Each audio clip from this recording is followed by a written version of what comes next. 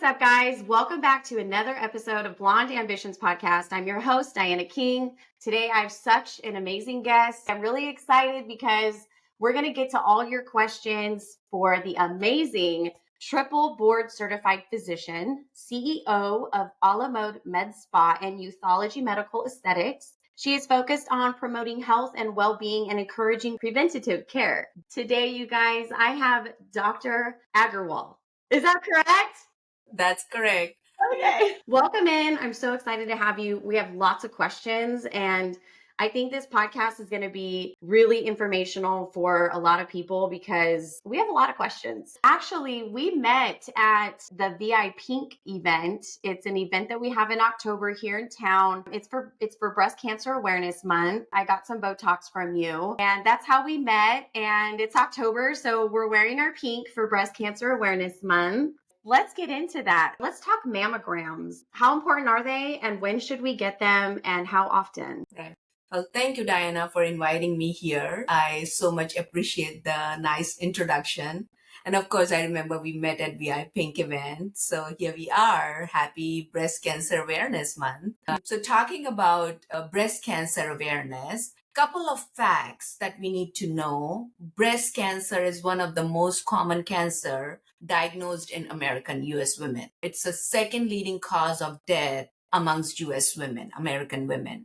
30% of all the cancers diagnosed in women are breast cancers. So those logistics are good enough to have us think about, oh, do we need to do something more? Part of it, if we look at it, lifetime risk of getting breast cancer in any women is 12%. What does that boil down to? Every eighth woman will be diagnosed with breast cancer. That's a big, every eighth woman in America. So talking about that, in last 50 years, the mortality rate from breast cancer has gone substantially down. And that's mainly because we have so much of awareness, so much of early detection, prevention, preventative care around here. So, there is a reason we are celebrating this month because we can save those lives. We can save women. We can definitely do something about it when we can. So mammogram plays a big role. It's a simple test. You go, you get it done. And if it is if for some reason you're detected with early detection, saves your life. So it is very important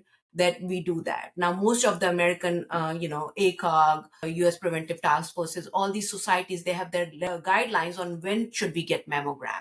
For any average risk woman, which is most of us, leaving the family history and things like that, they should start mammogram at age 40. There is some exceptions. Yeah, there is some exceptions when they start early.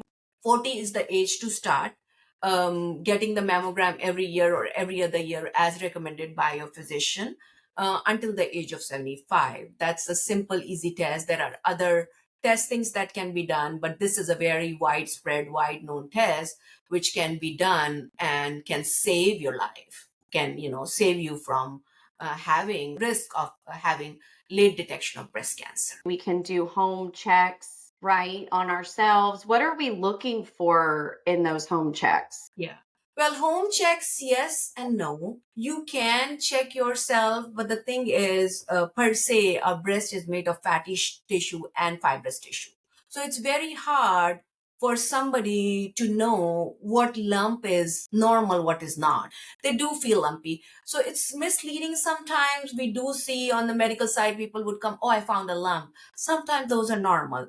There are now society guidelines saying that self-examination, even though we say you should be doing it, but not a recommendation to go and get a mammogram. So you should still be checked by your clinician. But yeah, of course, if you find something which is different than the other breast tissue you're feeling, by all means, go and get a checkup done. But that does not take over getting a mammogram done once you are at that age. Okay, so in between, make sure you're checking. If you feel something weird, go back in. Don't wait until your next. It doesn't take place of your mammogram. I love that you're such an advocate for breast cancer, and you are offering all the listeners that are listening today a $25 coupon to encourage you guys to go get a mammogram and go get yourself checked just in case, you just never know.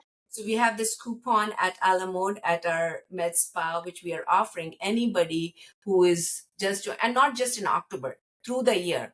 If you've done your mammogram, you tell us that you're done. You don't have to show us a report, and we get you $25 towards our services. So that's one thing to kind of treat yourself once you've gone through that. Yes. Okay. So they go get a mammogram, come back, and then they get $25 off a service. Right. Because I love it. yeah, I don't know if you have done. I mean, they are a little uncomfortable, when you do it. I've done many now, so they are a little uncomfortable. So after you get out, you need to treat yourself. That's when you need to come have a.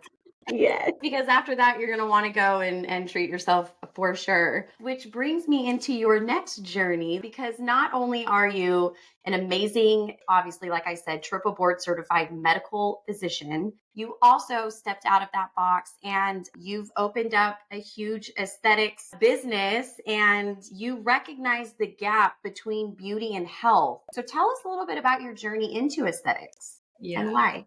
Well, thank you for asking that question. It's a very interesting journey, and I would love to share that with our listeners today. So, years ago, I mean, again, I am a medical physician. I just feel like I was born that way. I mean, that's all I could remember looking back at my life. That's all I did, being a physician. And I love being a preventative care, primary care physician. There was a part of me that really, yeah, I mean, it was my calling. I love what I did. But somewhere maybe in my midlife crisis, I would say, I don't know, I started feeling this that I was just not myself. When I look at myself in the mirror, I felt something was missing. I mean, I really felt at that point of time, I worked hard to accomplish what I accomplished. I have a good family, I have kids, I have a good career.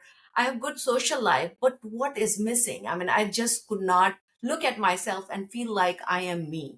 Something Mm. was missing. And as a matter of fact, I did go to one of the aesthetic conferences and they were just offering, oh, do you want to try a service being a model just because, we were getting the training. And I took that training just as a part of my, regular continued training. And I go sit in that chair. I got something done as a model. And gosh, the next week I'm looking at my face and I'm like, oh my goodness, I'm loving it. I did get some Botox, maybe probably an IPL. So my face was glowing. And those simple things made me feel so much more comfortable. Like, oh, I can go around and I feel myself. That was just a small part of it. And later, because again, as a primary care physician, I do see a lot of young females, middle-aged females going through changes, even men going through changes. There were people coming in having their own concerns, younger girls having the concerns of, oh, we have so much hair. And medically, we did everything. They were fine with the labs, with the checkups.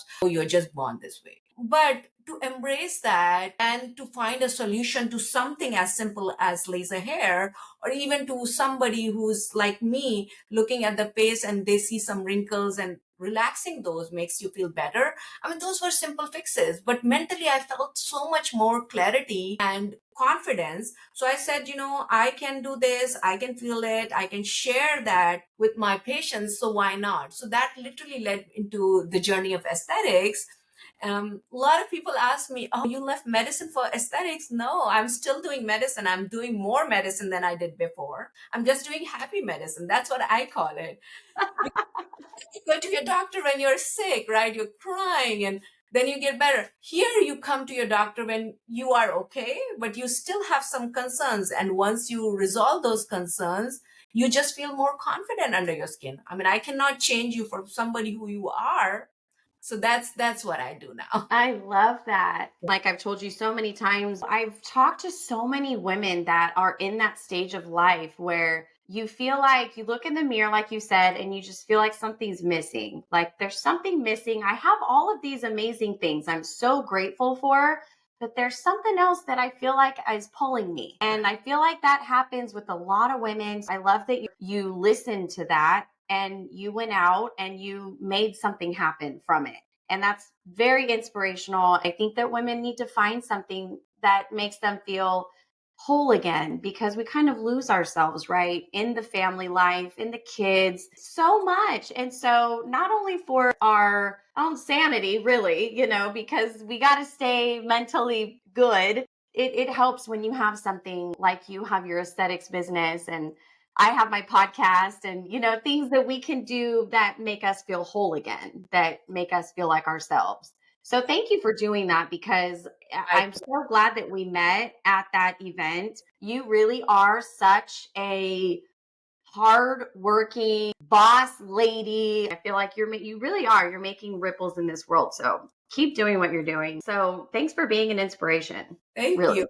Well, and to add to that, as I was saying, when I literally diverted into that, when people started saying, oh, you are now leaving medicine, I did not leave medicine. Actually, aesthetics as a journey took a lot more. I had to add on to my education and continue doing it to be getting good at it. And formally in the field of medicine, we don't have a formal, like we have being a cardiologist, you can go to cardiology residency, being somebody neurologist, you can do neurology. It's not like, or being a plastic surgeon, you can do plastics. But doing aesthetics, minimally invasive procedure, there is no set line. Good and bad, maybe a few years down the road there would be some set residency there, but at this point of time we have to dive into on our own, learn, education, experience. So there were times I would be up at 3 a.m. in the morning doing my work, because that's the only time I get with my little kids, just going to where I can invest. And I would be up and my husband would say, what are you doing? And then he looks at me like, okay, fine, whatever you're doing, it's okay. But then, now he looks back, he says, I think you did the right choice because this was my calling. And it gives me so much happiness when I see that happiness on my client's face when they walk out and like, oh, I mean, this is all I was looking for. So it's amazing. It's a great feeling. Well, let's get into it. Let's get into your med spas. Yeah. What services do you offer? I know that's a loaded question, but what services do you offer? And then we'll go from there. Okay. Well, I would get a little medical and technical here, right? We call this minimally invasive procedures in the term of medical aesthetics. So what it is, it's basically anything that would improve your skin, improve your appearance, your face, your body, even your hair, right? So most common procedures that you hear from people is Botox, wrinkle relaxers, relaxing your wrinkles. That's just a very small part of it. There is so much more to this. When you age, I mean, there is no two ways to aging. We have to age forward, right? When we age in three dimensions. We sag, we wrinkle, and we deflate. Not happy terms, right?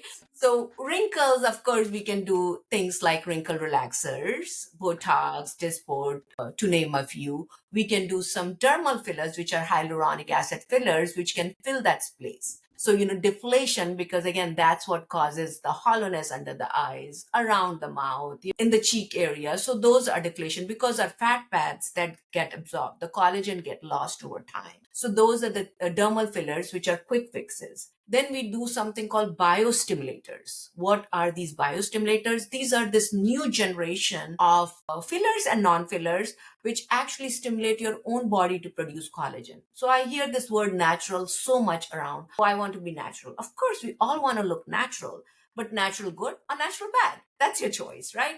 And I'm not saying bad in a sense bad, but when you face yourself, I look natural, but I don't like this. Well, let's just kind of fix it. So that's easy fix. So anything that is in the realm of office-based minimally invasive procedures, which we can do within half an hour setting, maybe a downtown for a day or two, and then you can be up and running. So nothing that would change your looks forever. These are all reversible procedures. Good part of it. So again, like plastic surgery, if you do a facelift, there is no turning back, good and bad. But these procedures, if you do a wrinkle relaxer, that would be gone in 3 months. If you're doing a dermal filler, it would have its own time. Biostimulators, even though you would stimulate the collagen with Sculptra, with Radius, even with Morpheus 8, you would do those procedures that would stimulate, improve your collagen, improve your appearance, but still, the collagen would be lost as you're aging, right? Then we have things like laser hair reduction, for younger clients who have a lot of hair, that can help. Those laser machines, they are like workhorses now. They are like Ferraris. They work like, they work amazing. They give you amazing results. They don't give you pigmentation post procedure. Then we have medical grade skincare, which actually improves your skin, not just putting on your skin and, just go and hydrate. It's actually improving your skin at a cellular level. So all those procedures are out there. I just feel people just need to know more before they make a choice. But at least know about these things before you say, oh, it's not for me or it's for me. Yes, and make sure you're getting a consultation first. Definitely figure out what the doctor recommends, what you want, and you meet in the middle and then come up with a care plan, basically. So, what age should people start getting? Because this is kind of preventative care as well, in a way. So, Right. what age? I'm learning. So, what age should we start doing these things, or would you recommend? Right. Well, so I would pick up from where you said this is preventative care too, right? So, being a preventative medicine physician, which is my basic background, I'm all for health and beauty and wellness, right? So, we used to be talking about this word rejuvenation, which means turning you back to where you are. Now, in the word of aesthetics, we are talking about prejuvenation, which is basically maintaining where you are rather than moving forward in that direction. So pre-rejuvenation is preventative. There is really no age to it. Younger girls, even if they have issues like acne, like, skin issues, taking care of those at an early age rather than getting big acne scars, and changing those. So you can start early with those. We are born the way we are born, but if we have excessive bodily hair and that's making us conscious, so you're taking care of those at an early age. For the most part, it's not like you really have to go through painful shaving or covering yourself, because there are ways and means that you can reduce those. You can, be comfortable under your own skin. Those are some early procedures which I would say. Then, of course, talking about prejuvenation, we talk about even having wrinkle relaxer at an earlier age, when you start seeing some what we call dynamic wrinkles when you are moving your face, when you are making those expressions, not completely freezing those, but softening those.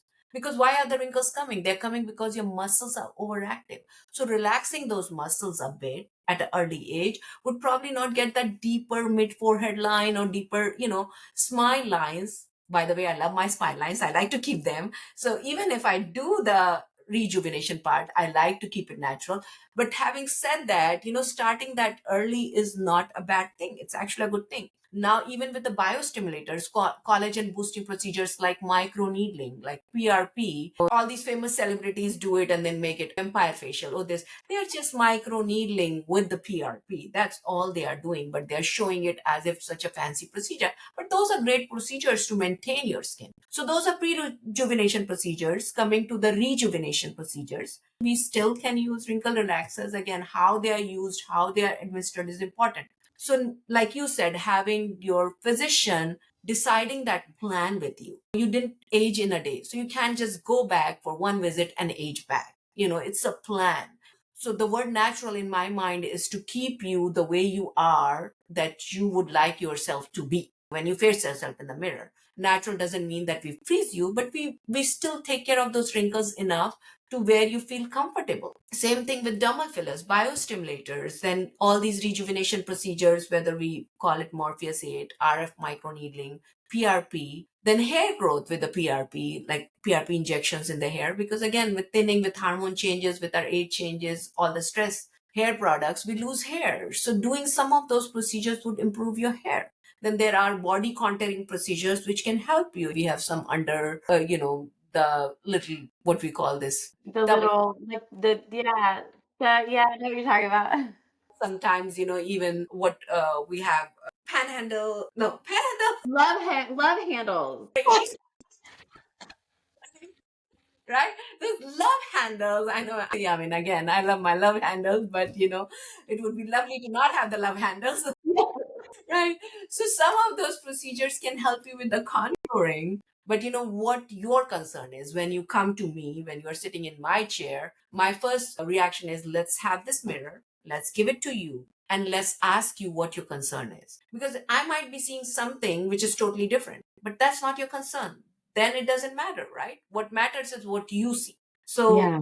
just saying that those things are out there, don't sit back, go at least get a consultation, go decide what would be appropriate for you, and then decide, do you want to do it or not. And I will say, I was just in the office yesterday, no, 2 days ago. I got some Zeomin, which is a wrinkle relaxer, and it did not hurt at all. I was right before you started, I was like, "Oh wait, there's no ice." Tori, she's always there at the office. She's amazing. She's like, "No, but here's a stress ball." And I'm like, "Oh my god, I'm so nervous." And then the doctor got started, and I was like, "Oh, this is not bad at all." And I've had Botox before, and I don't know why I thought it hurt worse than that. But I was laying there, and then eventually I was like, "This is actually really relaxing." You So are it's easy. right. You're a trooper, Diana, for sure. But again, I'm glad you're bringing that point up because some people think, oh my God, these procedures would be painful or what side effects, what issues. Of course, these are medical procedures. They would have some, pain associated with it, some discomfort associated with it. We have ways and means. Like you said, you got the stress ball. We have other ways and means. We sometimes ice some people if they're super sensitive. We even have numbing cream for procedures like dermal fillers, or we are doing microneedling or the PRP or lasers. So all those things are out there to make you comfortable. Post procedures, we always kind of give you a little, this is the post care that needs to be done because these are medical procedures.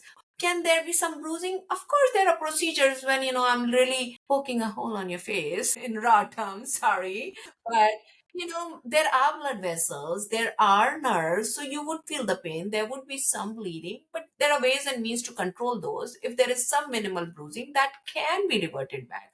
So those things can happen. The expectation that nothing would happen is not correct. But again, being prepared, like you said, you were getting yourself prepared and then you were like, oh, this is amazing, right? So that we have all the tools in our kit to help you feel comfortable so you can do the procedure in the best possible way. Yes. Good to know. You guys have all those, to make you comfortable. I did get a lot of questions on Instagram. People want to know, the people want to know who are good candidates for those non invasive procedures that you were talking about, but more on the lines of like a non invasive facelift or maybe the PDO threads, similar treatments like that. Who are good? Again, get your consultation, but just in general, who would be a good candidate for those? Right. Well, let me answer this. Anybody who is aging is a good candidate, right? Okay, yeah. You're frozen in time, maybe you're not a candidate, but that's the only exclusion I would have.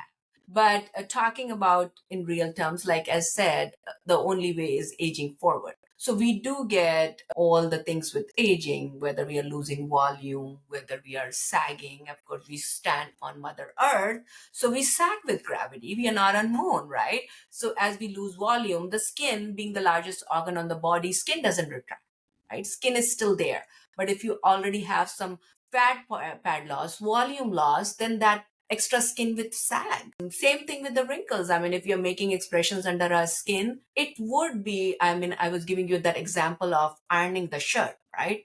If you have creases on your shirt, you would iron it. So it's like ironing that shirt, creasing those wrinkles with the wrinkle relaxer. Of course, when you wear that shirt, you'll have the crease again. So you have to iron it again. Of course, you'll use those muscles again as you are a human being making expressions. So yes, the wrinkles would come back again, and all we have to do is the repeat procedure in 3 months. And over time, those muscles get weaker. So the wrinkles get softer. They don't go away, and no, we don't want them to go away because we do want to keep our some expressions, but at the same time, they get softer. They get more palatable to our own eyes. Like you said, we have to have a consultation, address their concerns, address their needs. But anybody who is seeing some volume loss on the face, some sagging on the face, skin changes per se, even pigmentation, melasma is a big thing with hormone changes. So those are the people, depending upon what their concerns are, everybody is a candidate. Pigmentation is a big thing in the valley. We live valley sun. We have it there, right? So if I have to pick one thing from aesthetics to do every day that can protect us, that can save us, that can actually give us real health, is sunscreen. Having a good mineral block sunscreen, because even if we are not out in sun, we are driving, we are out and about, picking the kids, dropping the kids, getting the groceries, right? Getting out in the sun. And this sun is brutal. So having some really good sun protection, reapplying your sunscreen is one thing I would say. And using a good sunscreen with a mineral block, with just not the, oh, I have a SPF 15 or 30. That really just means 30 minutes of protection. That's not good enough unless you're the time you're sitting in the car, right? So having a physical block, physical sunscreen is important. So that is one thing I would recommend everybody. Good skincare, good sunscreen, that is your basic. And all these other procedures can be addressed according to your needs, your concerns. Speaking of the skincare products, what are some good besides sunscreen over the counter products that women can use and men that we can use that maybe cost wise it's a lot more better for us to buy over the counter at a drugstore. I know you do Zeo in office, which is amazing. If you can do the Zeo, get the Zeo. But if you can't, what are some great over the counter products that we can use? Right. And is ROC a good brand to use also? Was a question. Okay. So again, I'm not going to talk about any brand because again, nobody's paying me. I'm just kidding, You're right? a smart woman. See, you're But smart. talking about, I would talk more about the ingredients. What would be the ingredients you should be looking for in a good skincare product? Everybody has their own personal preferences, choices based on the cost, based on the affordability. But what should you be looking for? And that's, when you go to Target or anywhere, I mean, there are all these zillion products, zillion brands. If you're really having a good cleanser, cleaning your skin, right? So consistency is the key. Sticking to your regimen is the biggest part of it. Good cleanser, exfoliating, because, again, skin, all the skin conditions come from chronic inflammation. Where does the chronic inflammation come from? From buildup on your skin. If we are not opening up pores, if we are clogging up pores with the dead skin, we're not cleansing our skin properly, that's where the inflammation sets in, leading to acne, leading to pigmentation, leading to deeper wrinkles, fine lines. All those things are set in because of chronic inflammation of the skin. So if we can change that around, if we can revert that around, maintaining a good skincare regimen, your skin would be glowing all the time. So talking about a good cleanser that can clean you, at least using it twice a day, if not more, then a good exfoliating agent that could, cleanse your skin to where you can take, because your skin is every day changing cycles. So Mhm. cleansing that dead skin, opening those pores is an important part. Then hydration.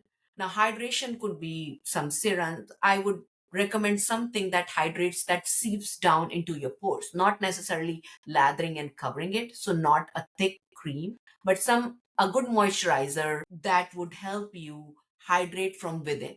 That is a good part.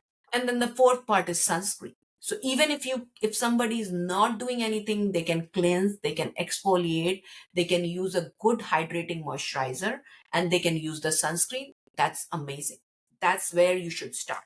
Now going further, if we are looking into anti-aging and all that stuff, vitamin C, that's a good anti-aging, because again, C would help with your skin, hair, nail growth.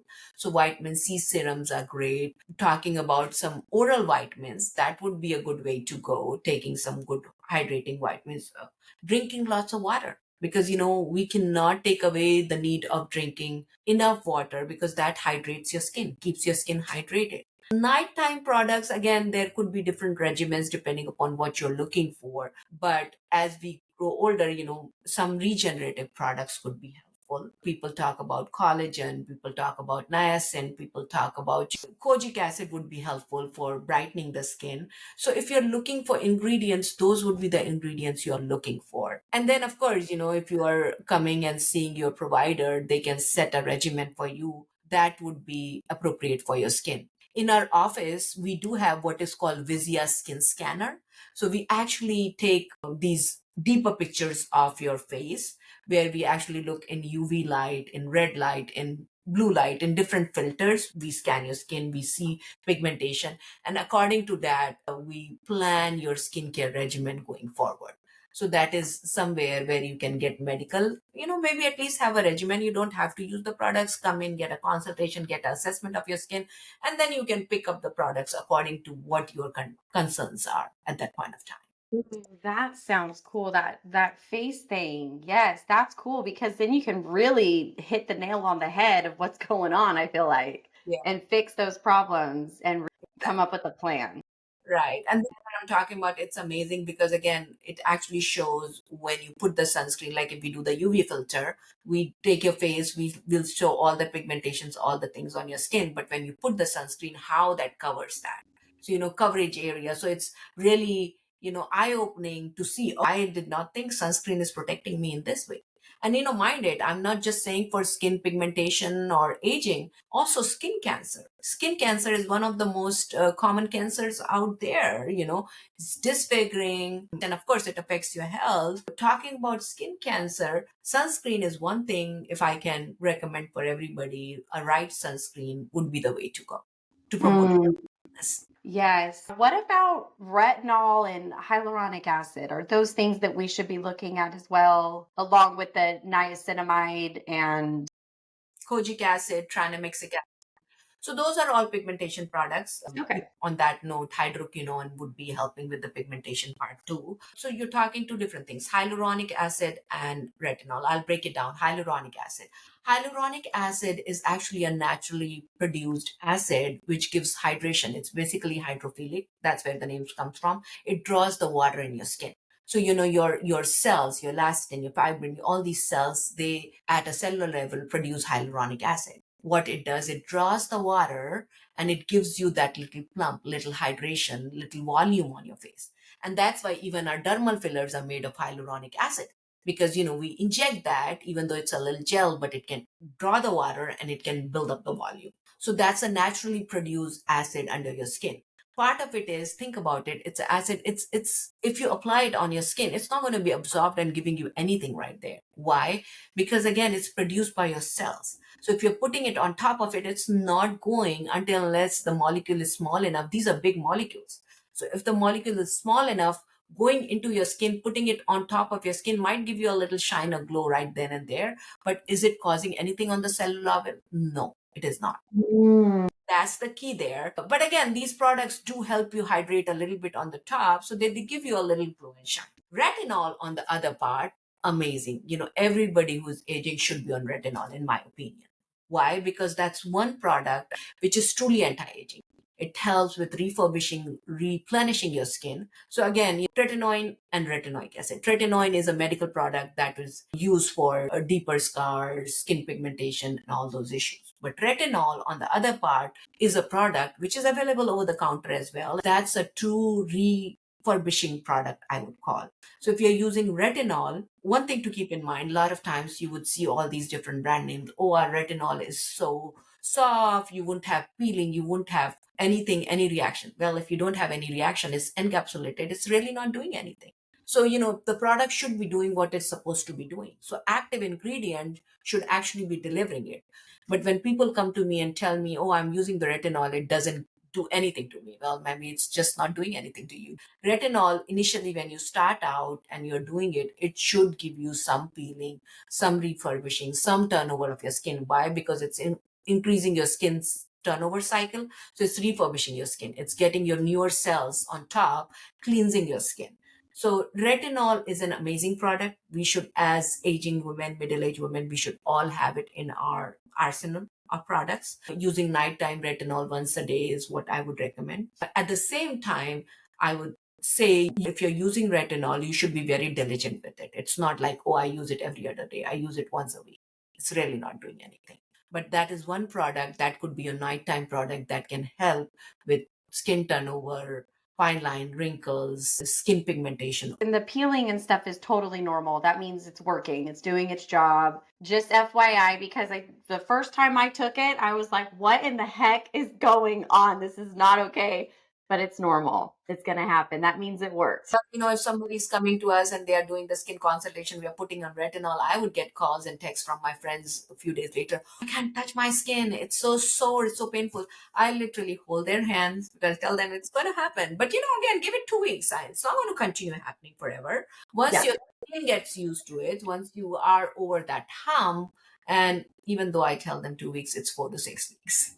So to be honest, but it only kind of goes to there. But that does mean that there is an active ingredient that's working, your skin is responding to it, and on the other side you would definitely have a better glowing skin. Yes. And you do offer amazing facials in your services as well. The hydrofacial being one of them, it's probably the most popular, I would imagine. What are the benefits of getting that done? Because that is something, if you don't want to do any non-invasive like fillers or Botox, you do have facials that you offer. The hydrofacial is amazing. Well, like you said, that makes you glow, right? And doing a hydrofacial, it's more pampering. So I think I would say if I have any pampering procedure without poking holes in your face in our spa, that's probably hydrofacial. We offer everything medical grade, which means hydrofacial is a medical facial, which means apart from pampering you, it is also turning your skin long term. It's improving your skin long term.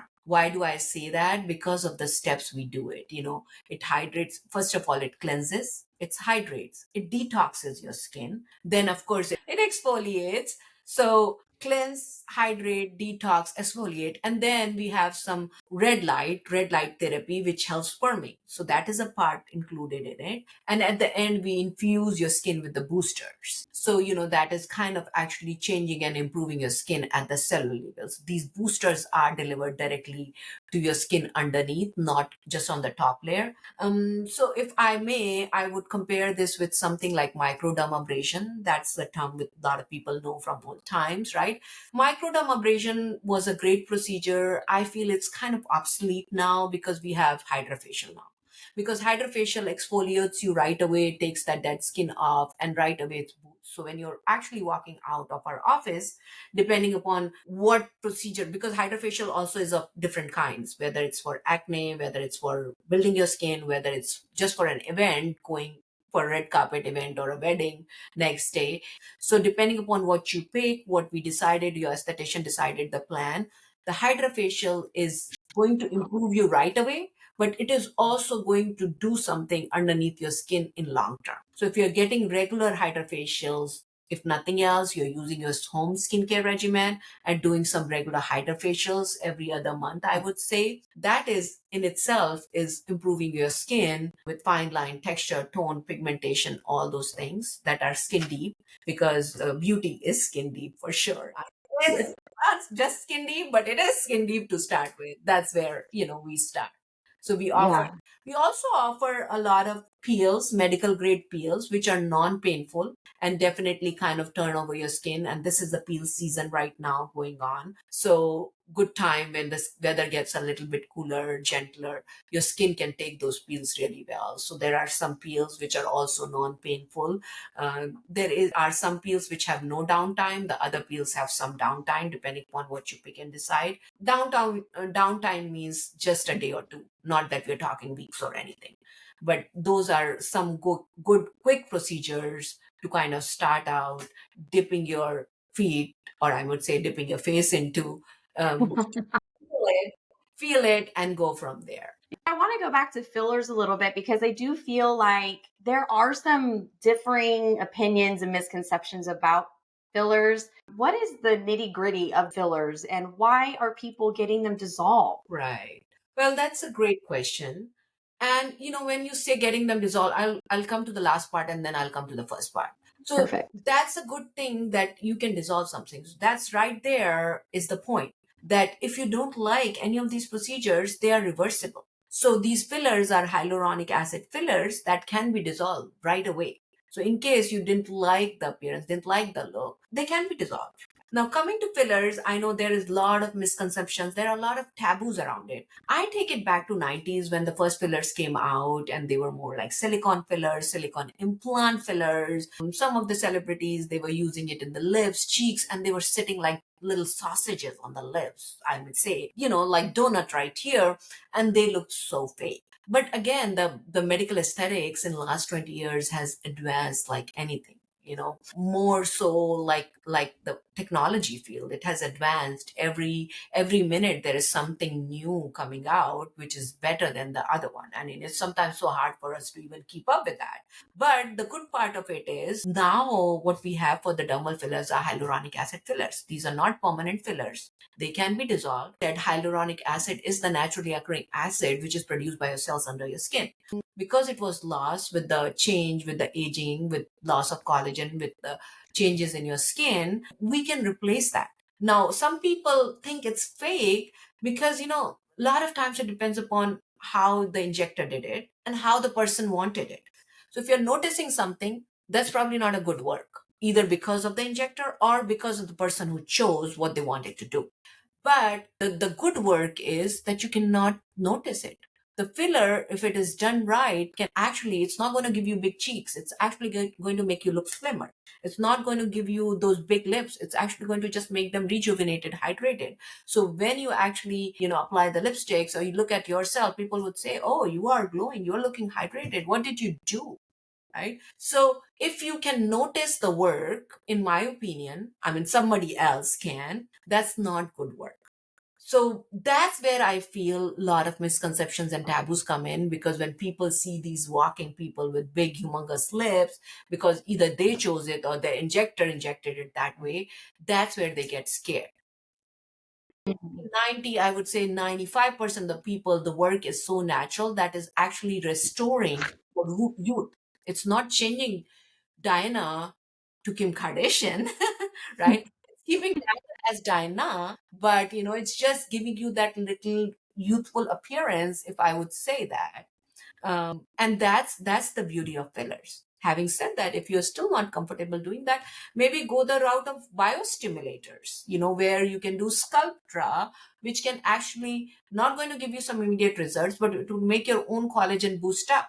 So in few months, you would see those results. So it's just more, for some people, it's more natural that they feel that changes is happening over time rather than walking out of the office and having that change. That's a good point. And I think, just you saying those things just now, because we've talked about this before, because I'm scared to get fillers anywhere. And I see people getting them dissolved. Don't get me wrong, I have no judgment towards anybody that has fillers. I need fillers. I know I do. I'm just scared. So it looks beautiful. You know what I mean? It looks so beautiful. But you explaining it and breaking it down like that makes me feel a lot more comfortable. They are dissolvable. Yeah, I would love to do something, build something over time, Right. like the Sculptra. I think I asked you about Sculptra. That's a great one. I've seen lots of women get that and they loved it. And it lasts a long time because it keeps, like you said, it keeps producing in your own body. And that's what I like about it. It's not just a band-aid over a bullet hole. It's actually like over time, you're really taking care of something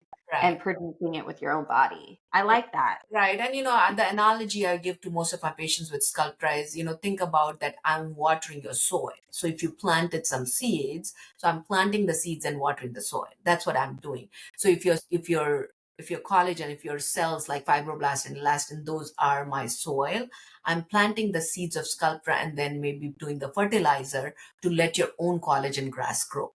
So that's why Yeah. it's taking some time. That's making your own collagen grow. And that's why it's just so natural. All I'm doing is putting the seed and the fertilizer in there and then letting it grow. So I that, love that. yeah. That's a great way to start. So if you're scared of fillers, that's a great place to start, I would imagine. What about under eye fillers? Are those different than these fillers here, or is it the same product that you can use? So see the products again, depending upon which area of the face we are using, they are different G primes. They are different, they are thicker, thinner, flexible, not flexible, depending upon where they are placed. And that's where the expertise of your injector comes in. What a procedure needs to be done. I mean, I would have so many people coming in just because our eyes are our focus, lips are our focus. So people walk into my office saying, oh, all I want is these under eyes gone or this taken care of. At that point of time, we kind of sit down, we have a talk. This is why you have the under eyes. Under eyes could be not just under eyes, it could be volume loss in the periphery, in your cheek area, in the mid cheek area, which is what needs, or maybe in your temples, they are hollow. Or there could be some sagging of the skin if you're really candidates where the sagging of skin is causing a lot of ballooning, festooning, we call it, or sagging of the eyelids. At that point of time, maybe you are not candidate for these procedures, you are surgical candidates. But most of the time, if you are coming early on, not very late. Some of these procedures can make you improve. I would not say correct because correction is a bigger word, but improvement is the right word because again, it's a journey, like I said. So, under eye filler is a very unique area because even though you might come to me saying, I need under eye filler, at that point of time, my assessment, my aesthetic eye would be looking at you and see, oh, do you really need that or do you need something else before we get to that point? Because again, this is a hollow area. If we fill it, we can balloon it, we can make it worse. So there are people who would come, and that's where a lot of time people would come to me from other injectors saying, let's just dissolve this because it's ballooning. So that is the point that your injector, your person who is doing your assessment tells you this is what it needs to be done. Same thing, we can, some people who do not like fillers, they can even do PRP injections. We have another thing called easy gel. So easy gel is again is a step above from PRP. We create your own body plasma to create the gel, and that's what we inject. So that kind of rehydrates your skin. So that's a great Oh, procedure, easy gel under the eyes, which would not make you feel like you have fillers there, but it would hydrate you over time, turning back over time. that's great because there's a lot of women that have that problem, especially getting older into your, mid 30s, into your 40s. And you really do notice the loss right here in the eyes. A lot So, genetically. I mean, like I genetically had really big under eye hollows. So over time, I corrected that with some easy gel and PRP. But yeah, I mean, I like the results. So totally. yeah, you look beautiful. Like, whatever you're doing is perfect. Like, you're so beautiful. But yeah, no, like you said, at the end of the day, it's about you, how you look at yourself and how what you feel comfortable with, right? I face myself in the mirror and I feel happy about it, and that's all that matters, right? Anybody But judging me for what they judge, that's their thought. But I feel comfortable, that's good enough for me. So this is what I tell most of my patients. You are beautiful, but you just have to feel that way. You have to feel beautiful, right? Um, Aesthetics is just part of it because again, self-care should be our integral part. I mean, we do so many things. We are busy moms, we are busy homemakers, we are busy professional women. We wear so many hats. Every woman is multitasking every single minute, right? But don't leave yourself behind amongst all this, because what happens is when you leave yourself behind, you might be just trying to get everything done, but at the end of the day, if you don't look out for yourself, nobody else would, because you are the one who's watching for your kids, for your family, for everything else. So who's going to watch out for you? You have to watch out for yourself.